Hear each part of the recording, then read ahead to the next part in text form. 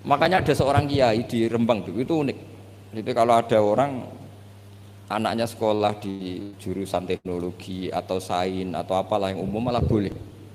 Alasannya beliau paling utak-atik sekrup. Tapi kalau orang nggak bakat alim kok sekolah di jurusan agama malah nggak boleh karena takutnya utak-atik agama. Jadi kiai itu ya kadang unik. Bahwa sorai rai bakat ulama kok sekolah ning jurusan agama. Iku ora oleh. Mari utak-atik agama. Tidak jurusan pesawat atau mobil malah boleh, paling utak-atik skrup. Ini kata kiai itu loh, bukan kata saya. Dulu saya ya eskal, kok bisa begitu. Tapi setelah ngaji itu menjadi tahu. Makanya ada seorang kiai di Rembang itu unik. Jadi kalau ada orang anaknya sekolah di jurusan teknologi atau sains atau apalah yang umum malah boleh. Alasannya beliau paling utak-atik sekrup. Tapi kalau orang nggak bakat alim kok sekolah di jurusan agama malah nggak boleh karena takutnya utak-atik agama. Jadi kiai itu ya kadang unik.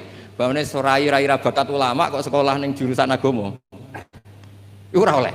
Mari utak-atik agama. Tidak jurusan pesawat atau mobil malah boleh, paling utak-atik skrup. Ini kata kiai itu loh, bukan kata saya. Dulu saya ya eskal, kok bisa begitu. Tapi setelah ngaji itu menjadi tahu. Kalau tak cerita, kalau ngaos Ihya itu seperti umumnya ulama. Itu ada bab-bab tentang keriangan. Sebagian dibabkan di Al-Imbisat, asik sama Allah. Sebagian dibabkan Kitabul Iski wal Mahabbah wal Wujdi, ada yang baca wal Wajdi. Keasikan bersama Allah ini ceritanya banyak sekali. Termasuk wonten cerita Nabi Musa niku donga iku mboten enten udan, donga mati-matian niku mboten mandi. Semun salat hajat mun istisqa mboten mandi. Niku Nabi Musa, pemenang saniki istisqae orderan tambah ra mandi. Istisqa saniki niku kiyaine ra di sawah, dijak istisqa rasa-rasa aku ra di sawah. Sing semangat istisqa sing sawahe ombo. Lah kula kiai politik wedi ra mandi mboten purun lho Gus. Wong akeh-akeh ora mandi wae. Dadi tok ora gelem. Karena ketika gak mandi ku ora kok terus wong darani akeh maksiat. Kiyaine sing ngobos sih. Padahal versi langit ora mandi mergo akeh sing maksiat. Tapi sing dohir kan ono kiyaine. Daripada darani ra mandi kula termasuk kiai yang enggak pernah sholat istisqa. Karena takut tersangka mboten mandi. Dan itu bagus, mempertahankan harkat dan martabat itu bagus. Ini pun ijazah ke mas saya kula. Mboten krana gengsi, ini kan martabat. Karena kiai-kiai itu tahu Allah karena gawe udan niku mergo akeh maksiat. Tapi akhirnya Nabi Musa minta mboten mandi. Mboten karena Nabi Musa kata Allah, "Inna fihim namaman." Nak kepengin dongane mandi, sing tukang adu-adu ditokno ke kelompok iku. Dari Nabi Musa, ya gampang kok Gusti, namam itu siapa? Nanti saya usirnya. Jawabnya pangeran unik. Ya Musa, ini nahaitu to, ini anhan namimah, wa aku namaman. Aku iku pangeran sing nyariatno wong ora oleh adu-adu. Lah aku nunjukno wong iku sapa berarti aku adu-adu. Jadi aku iki pangeran yang mengharamkan namimah adu-adu. Nah aku nunjukno sapa wong iku berarti aku adu-adu. Berarti mboten saged ora iso, nek iku ora iso. Akhirnya solusinya apa? Solusinya wis ngene ae. Niki cerita Ihya tadi Gus Wafi kan petuki kawulaku wonge ireng, bareh niku wonge ireng. Temuriku pokoke diterangno ireng, mestine ya elek ya wong ireng. Ireng ndak mboten ngerti kalau kriting napa mboten ngerti kok ireng ndak. Walhasil Nabi Musa ketemu niku Dun Aswad niku. Dengan nurnya Allah, Nabi Musa pirsa kalau itu bareh dengan nurnya Allah juga pirsa kalau itu Musa kalimullah. Itu diantara di Kitabul Mahabbah wal Iski. Itu dialeknya syariat itu kacau sekali. Kacaunya saya diminta Allah supaya kamu berdoa supaya ada hujan. Niku dongane niku kacone pol. Ya Allah, apa hujan dan angin sudah tidak nurut sama jenengan sehingga ada hujan? Apa engkau takut stok bisinglit tidak menurunkan hujan. Kacau semua. Semuanya doanya itu kacau. Kacau secara syariat. Tapi itu cara Barah manja sama Allah. Faham Musa bibat sih di kitab-kitab Musa ingin jotos Barah karena secara syariat salah. Tapi jawabnya Allah, ojo jotosi Musa, ojo taboki. Innahu yudhikuni fil yaumi salasa marrat. Ono sing innahu adhakani fil yaumi salasa marrat. Aku seneng mbek gaya dungane dekne aku seneng. Ora usah diterjemah bikin saya tertawa kenyamanan. Kalau hujan tidak turun karena mereka maksiat ya Allah, maksiatuhum la tadruka. Maksiat mereka itu tidak bahaya bagi engkau. Engkau itu zat sing la tadruka maksiatuhum. Engkau zat sing wong kabeh maksiat itu mboten ngefek. Kok jenengan pertimbangno apa ben wis. Jadi Ihya itu satu kitab yang nak ngebabno serius. Kula nggih gumun mbek Imam Ghazali, cara kepanggih. Niku kula ngaji mbek Habib Muhammad, bareng-bareng ngaji ning Imam Ghazali. Itu kalau bikin bab kitabu misalnya Fawaidin Nikah. Wah iku koyo-koyo nikah wajib karena dengan nikah ada turunan, ada generasi, ada penerus tauhid. Tapi bareng kitabu Afatin Nikah, koyo-koyo nikah itu haram. Padahal dikarang satu orang. Gara-gara nikah katut bojo, gara-gara bojo akhirnya polah, gara-gara anak. Wes urip. Dikarang satu orang. Ketika cerita kita Fawaidil Uzlah, seakan-akan uzlah itu wajib. Uzlah itu kapan? Ketika di mana-mana ada dosa. Saiki apa dosa? Kalau nanti ketemu kanca kula Gus, nak ketemu ngayu, senenge ketemu wong elek parah di. Lah terus kowe suci. Ya iya lho Gus, nak ketemu ngayu kan sahabat padha, ketemu wong elek ya ngenyek iku ya dosa. Kan sama kan ketemu wong ayu dosane sahabat, ketemu wong elek dosane ngenyek. Ribet kan? Ketemu wong sugih dosane tomak, ketemu wong melarat dosane nyepelekno, ribet kan? Ketemu Habib Muhammad takdim pas-pasane njaluk ning swarga, kan ya ribet. Wong takdim pas-pasane kok njaluk ning swarga. Takdim tenanan sumpet gitu. Iki kadang kiai iki ngoten, Gus. Salam templek 100.000 njaluk swarga, ribet kan? Setahun pisan ya njuke swarga. Biar hisab bisa lho, enggak terima asline Habib Muhammad ya ora trimo. Kan ribet. Ya tapi misalnya dekne ra gelem hormat Habib iki luwih salah meneh kan. Dunia iku ribet. Sehingga penting uzlah. Tapi ketika Imam Ghazali ngarang Kitabu Afatil Uzlah, gara-gara uzlah gak ono taklimu umat Rasulullah Muhammad sallallahu alaihi wasallam, gak ono syiarul jamaah, gak syiaruddin, gak ada syairullah. Wong nak uzlah kabeh iku ora ono kebaikan, ora ono kebenaran, anane maksiatullah. Jadi pas ngarang Fawaidul Uzlah kaya-kaya uzlah itu wajib. Pas ngarang Afatul Uzlah kaya-kaya uzlah itu haram. Sekarang oleh satu orang. Ketika ngarang kita Roja, wis kaya-kaya hubungan dengan Allah ku nyaman. Nyaman senyaman-nyamannya. Saking nyamannya Roja di situ itu Imam Ghazali cerita, nanti ketika di mahsyar itu lama ditanya sama Allah. Gimana kabar kalian? Saking udine ulama itu tiga dosa kula ngeluh semua. Tapi ada salah ulama sing ngendikan gini, nggih Gusti dosa kula kathah, tapi sing jelas mboten enten dosa sirik. Jenengan janji nak dosa liyane sirik jenengan sepuro, niki ketajiran sepuro. Ternyata Allah suka yang ini. Ya wis tak sepuro, tak sepuro. Itu di kitab Roja. Tapi ketika ngarang Tabul Khauf, wes kabeh. Kamu jangan terjebak, tertipu oleh tempat yang paling soleh, paling baik. Kurang apanya surga? Gara-gara kesalahan Nabi Adam diusir dari surga. Kamu juga jangan terjebak, tertipu, dekat sama orang hebat, orang soleh. Ketika kamu tidak bisa meniru kesolehan itu. Kurang dekatnya Abu Jahal, Abu Lahab dengan orang-orang soleh di sekitarnya. Tapi tidak bisa memanfaatkan orang-orang soleh itu. Oh belum cerita betapa keliru terus. Ketika ngarang bab apa? Khauf. Jadi ketika ngarang bab rojak seakan-akan hidup semudah itu, ketika ngarang bab khauf seakan-akan hidup itu sesulit itu. Dikarang oleh satu orang. Itu namanya Imam Hujjatul Islam Al-Ghazali. Kalau nggak ada kitab Ihya Bib itu ada sekitar 5 kalau cetakan Toha Putra ketika saya ngaji dengan Mbah Mun. Terus kitab yang pernah saya pelajari harfan-harfa itu pakai cetakan DKI Darul Kutub Ilmiah. Kalau ada naskah salah, saya benarkan pakai caranya. Tapi Hafuz Sadat Al-Muttaqin, karangannya Sayyid Zabidi, Muhammad Murtado Az-Zabidi.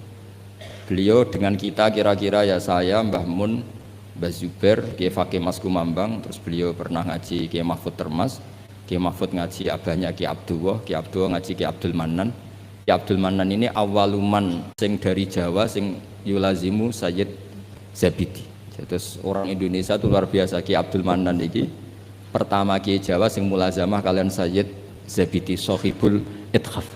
Jadi sanad kita ke beliau kira-kira 6 lah. Ini luar biasanya kita sebagai orang Indonesia. Makanya saya ini dekat sama Habib Muhammad mulai dulu dekat karena sanad kita ketika sampai Sayyid Zaini Dahlan, misalnya saya Mbah Mun, Mbah Zubair, atau saya Mbah Mun, Mbah Karim, Mbah Hasim, Mbah Mfud, ini sedang ngaji Sayyid Abi Bakar Sato. Sayyid Abi Bakar Sato ini ngaji Sayyid Zaini Dahlan. Babanya Sayyid Muhammad ini Muhammad bin Husain bin Anis bin Alwi bin Ali. Ini Muhammad ini sudah teman-temannya ini, temannya Sayyid Abi Bakar Sato, Habib Muhammad ini Mufti Syafi'iyah. Terus teman Tarsihul Mustafidin, siapa Alawi bin Ahmad. Dulu istilahnya masih asegaf, tapi ikutnya lama-lama jadi bagil. Jadi ada yang ditulis segaf, ada yang ditulis bagil. Jadi sanad fikih saya dengan Gus Hafi karuan ya, tahta Syekhin Wahid tahta dengan Habib Muhammad itu sama semua. Semulai rapodo itu nak radhi sinauni itu kudu ngerti. Semulai rapodo itu ketika agak disinauni. Itu ulama-ulama dulu. Saya baca I'anatul Thalibin. Itu dulu ulama Arab itu tidak pernah kebayang ono korban patungan. Tapi gara-gara ada surat menyuratnya ulama-ulama Jawa, beliau menyebut ada banyak rosail min ardi Jawa yang mengirimkan uang supaya dikorbankan di Arab Saudi. Hukumnya kayak apa? Jadi ngirim uang supaya dibelanjakan di Arab kemudian jadi udhiyah. Begitu juga kitab Buhyatul Mustarsyidin itu sudah komentari wa amma ardu Batavia. Jadi kayak apa hubungan Indonesia dan Yaman dan Mekah. Habaib itu dulu temannya itu rata-rata ulama Indonesia. Sehingga banyak Habib Kutub yang zuriyahnya di Indonesia, mulai Sayyid Abdul Qadir Segaf Tuban sampai banyak Habib Muhammad ini, Habib Ali Sohibu Simtiduro, zuriyahnya banyak yang di Solo. Jadi Indonesia ini luar biasa, termasuk ada Habib Muhsin dulu Abdurrahman itu yang ngarang sarah sama Said Muhammad. Itu banyak sekali yang ulama kita Palembang baik minal habaib maupun enggak yang akrab sekali dengan ulama-ulama di Mekah diam. Nah ini kembali ke ceritanya Mbah Mun. Ini saya masih pakai bahasa aslinya Mbah Mun. Mbah Mun pernah ngendikan gini tuh. Ketika Spanyol itu guling nggak? Spanyol dulu Andalusia itu pernah lama sekali jadi negara Islam dan itu melahirkan ulama-ulama top mulai Ibnu Malik, mulai Imam Qurtubi, mulai Imam Syatibi, itu semuanya jebolan Andalusia. Singkat cerita Islam teng Andalusia niku kalah. Saya masih ingat bahasane Mbah Mun ngeten Gus Wafi. Niki sekaligus ditasehaken. Tapi pangeran gak terima.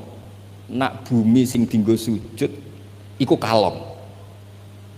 Allah enggak terima kalau bumi yang dipakai sujud itu terkurangi. Delala wis kersane pangeran digenti Indonesia, yaiku gulinge Andalusia iku bareng ambek berdinine Demak Bintoro. Dan Sodaqah Syekhuna Maimun. Ketika Indonesia banyak yang Islam itu bukan sekedar Islam kebanyakan kayak di negara-negara lain. Banyak ulama-ulama top sing saged ngarang kitab kados jayane Islam teng Andalusia. Wonten Syekh Nawawi Banten, wonten Syekh Mahfud At-Turmusi, wonten Syekh Muhammad Khatib Al-Minang Kabu, wonten Syekh Bakir Jogja, Syekh Nur Bakir, terus Mbah Zubair ngarang Al-Qolaid Al-Uluyah, gadah takrirat kata, Mbah Mun juga gadah karangan banyak.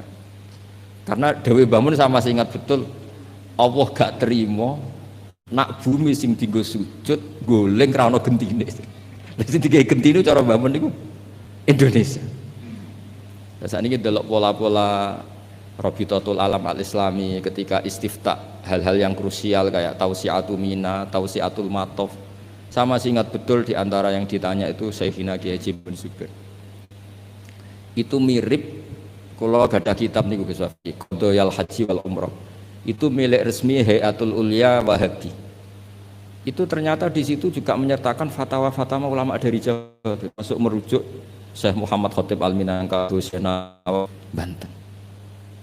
Artinya betapa ulama kita ini dengan ulama di Mekah maupun di Yaman itu begitu dekat.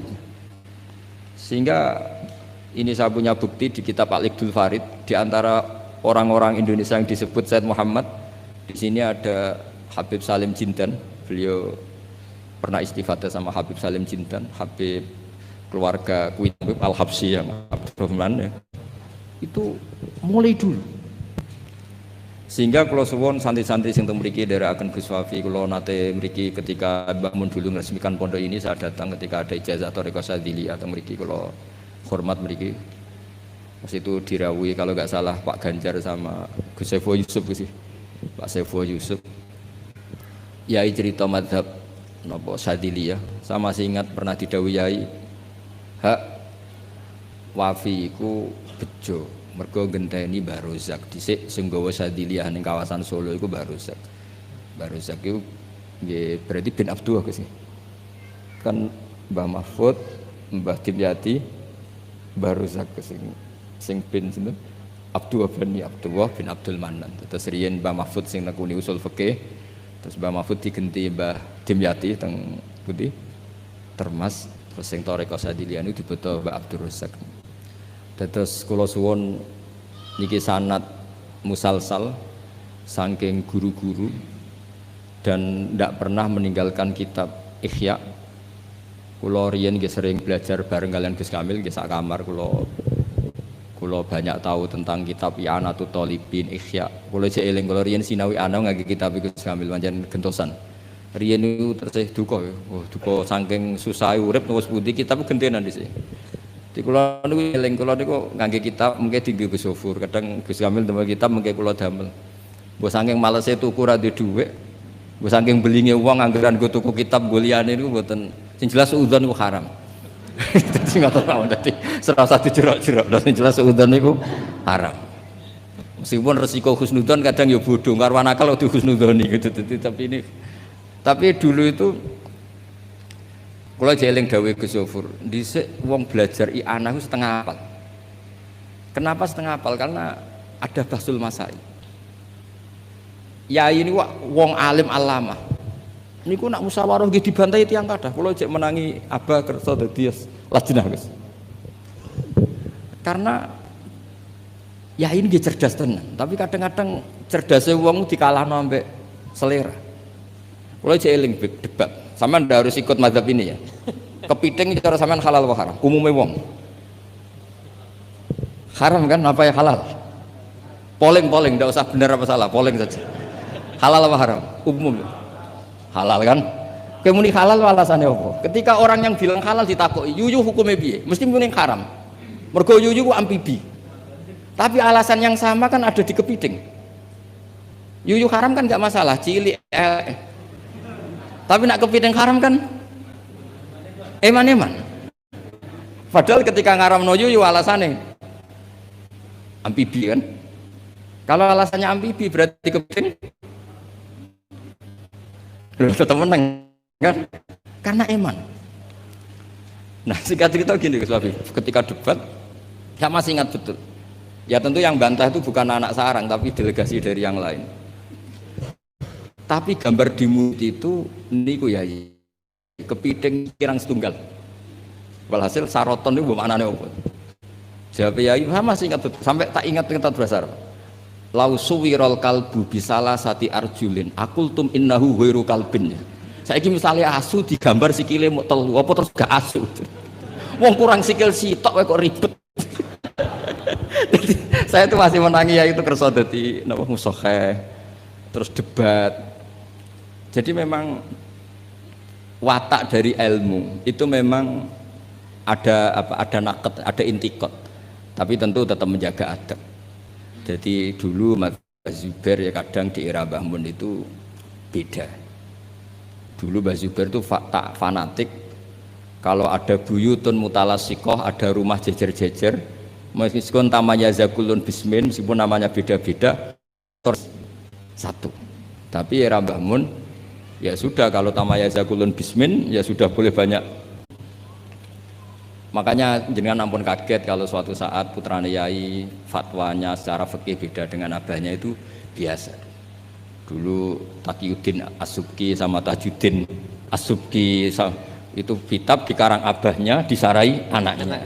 Kadang anaknya ngeritik abahnya. Tapi fil ilmi lah ya, bukan. Jadi itu biasa. Jadi supaya sampean nanti familiar dengan ikhtilafatil ulama, itu familiar. Sayyid Ali Zainal Abidin, mbah-mbahnya Habib Muhammad, itu enggak derek-derek politik, ngikuti mazhabnya Pak D-nya Sayyid Hasan. Karena Sayyid Hasan itu menyerahkan semua wilayah kepada Muawiyah. Artinya ya biasa ikut Pak D-nya. Tapi beberapa orang Hasani itu ingin negara ini harus dipimpin orang soleh, sehingga Al-Adarisa yang dibangga-banggakan Mbah Mun itu orang mimpin Maroko. Jadi Al-Hasani banyak yang kerso politik sehingga jadi raja-raja di Maroko. Al-Husaini sebagian nggak ngikuti politik, derek no Sayyid Hasan. Nah itu biasa, maksudnya dalam apa ya sudah, semuanya itu istihad, semuanya itu baik asal dilakukan oleh orang-orang soleh radhiyallahu anhum.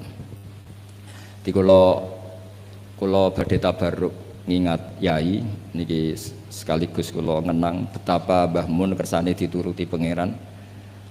Di antara yang ditulis Mbah Mun dalam Maslakut Tanassuk Al-Makki, ditulis yai, beliau ketika nulis persis sanad yang ditulis Sayyid Muhammad Alawi, beliau ngendikan ketika orang ini, beliau ngendikan di antara harapan beliau adalah hadhihi ya tausiyat allati kanat mafkhoratan azimah li asal maulal karim ayajma'a nafsi ma'a hamalatil ilmi min ulama'i hadil ummah wa bil akhas ulama'u ahlil bait alladzina khassahumullah bi khassa'isa la ya'lamu azamataha illallah ta'ala. Jadi ketika beliau ngarang kitab ini beliau ngarang itu lama sekali, sekitar tahun ini tak tulis yang mudawan saja, saya agak mau resiko yang mudawan sesuai penanggalan yang ditulis beliau itu ini tak lama sekali beliau mengarang kitab ini. Itu beliau diantara harapan besarnya semoga nanti saya dipertemukan dengan amalatil ilm wabil akhos ulama'u ahli labah.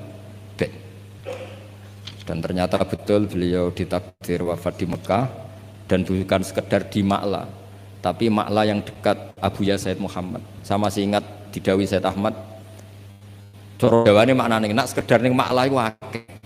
Tapi Mbah Mun itu di Ma'la yang dekat Sayyidah Khadijah. Ma'la itu kan luas sekali guys. Kalau yai kan pas di sini Sayyidah Khadijah, agak di bawah ada keluarga besar Sayyid Muhammad, ada Sayyid Abbas, Sayyid Alawi dan seterusnya. Sebelakangnya agak bawah Syekh Nawawi, terus samping agak selatan ke seperti ini terus. Pokoknya agak itu Mbah. Terus di antara keinginan beliau ketika ngarang kitab ini adalah saya ingin iltihak, kata beliau, tak baca lagi ya. Ayyajma'a nafsi, ini asal maulal karim, semoga Allah al-karim ayyajma'a nafsi ma'a hamalatil ilm min ulama'i hadil ummah wa bil akhas. Beliau ingin sama ulama ahlil bait alladzina khassahumullah bi khassa'isa la ya'lamu azamata illallah subhanahu wa ta'ala. Terus ini keinginan beliau. Kitab ini ditulis lama sekali. Nah, kemudian kitab aslinya dari kitab Al-Iqdul Farid, kitabnya Sayyid Muhammad. Nah, ini tadi sesuai pesanannya Gus Wafi, saya akan menceritakan cara ngarang orang dulu. Terus ini yang kitab ini tak nomerin, ini nomor yang menjadi di kitabnya Mbah Mun. Kemudian kitabnya Mbah Mun tak nomeri, ini nomor yang ada di kitabnya Sayyid Muhammad. Itu beliau menukil tuh harfan bi harfin, kalimatan bi kalimatin, tidak ada yang dirubah sama sekali. Nah, yang ini kemudian masalah bagi kita, karena kalau tradisi kita itu mutabi itu ikut guru. Nah, problemnya sekarang banyak orang beragama kemudian kalau niru guru atau orang sebelumnya dianggap plagiat. Akhirnya banyak pakar Islam sekarang yang memaksakan punya pendapat sementing beda. Memang aturannya kalau anut malah salah, dianggap plagiat. Sementara di pesantren ilmu itu harus anut, al ilmu nurun tadi, ilmu itu harus nurun sebelumnya. Lah ini terus repot kita. Makanya kita yang saya kan sering kumpul orang kampus, itu menjelaskan ke orang kampus tuh bingung. Karena mereka inginnya di Islam itu ada pembaharuan. Sementara kita inginnya itu muttabi. Jadi ini PR Gus ya, PR bagi saya, Habib Muhammad, semuanya. Karena kalau kita membiarkan adat kampus dalam konteks agama ya, mereka boleh kreasi istihad. Kayak apa bahayanya agama ini? Karena mereka itu siapa? Kan ini hukum wa rasulih, bukan semau gue. Bisa menakhuda ilaha wa orang yang ikuti apa? Hawa nafsu. Makanya ada seorang kiai di Rembang itu unik. Jadi kalau ada orang anaknya sekolah di jurusan teknologi atau sains atau apalah yang umum malah boleh. Alasannya beliau paling utak-atik sekrup. Tapi kalau orang nggak bakat alim kok sekolah di jurusan agama malah nggak boleh karena takutnya utak-atik agama. Jadi kiai itu ya kadang unik. Bahwa rai-rai bakat ulama kok sekolah ning jurusan agama. Iku ora oleh. Mari utak-atik agama. Tidak jurusan pesawat atau mobil malah boleh, paling utak-atik skrup. Ini kata kiai itu loh, bukan kata saya. Dulu saya ya eskal, kok bisa begitu. Tapi setelah ngaji itu menjadi tahu memang perbedaan ekstrim kita adalah kalau di kampus itu ilmu itu harus ditemukan sendiri, kalau niru itu plagiat.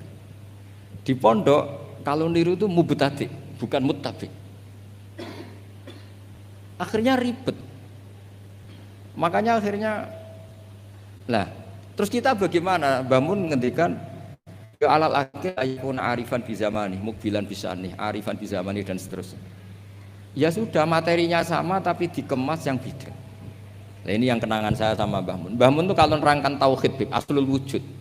Itu pakai kitab Husnul Hamidiyah Gus Wafi itu sama Yai masih digambar. Sama saya ingat betul di kitab Husnul Hamidiyah itu ada gambar piramida. Ya digambar. Mbok gambar bulet kaya apa kata Mbah Mun, tetap dimulai dari satu titik. Kue gambar cek sukses cara sukses, misalnya saya gambar gedung ini atau gambar hewan pasti tidak bisa. Tapi piye wae bulete gambar itu tetap dimulai dari satu titik. Hadhil awalim kulliha bulet kaya apa tetap dimulai dari wujud yang satu. Nah, daripada sama nerangkan yang zaman gini bocah-bocah gini terangkan al-alam mutaghayyir wa kullu mutaghayyir hadis. Wal hadis la mudamin muhdis. Wis mesti ra paham. Iso-iso mutaghayyir malah. Itu Mbah Mun dengan mudahnya kitab Husnul Hamidiyah itu kitab yang bisa menjelaskan itu. Ya digambar di kitab itu digambar, ada gambarnya. Yang pelajaran dualia gitu, sing Husnul Hamidiyah. Itu digambar tuh banyak sekali.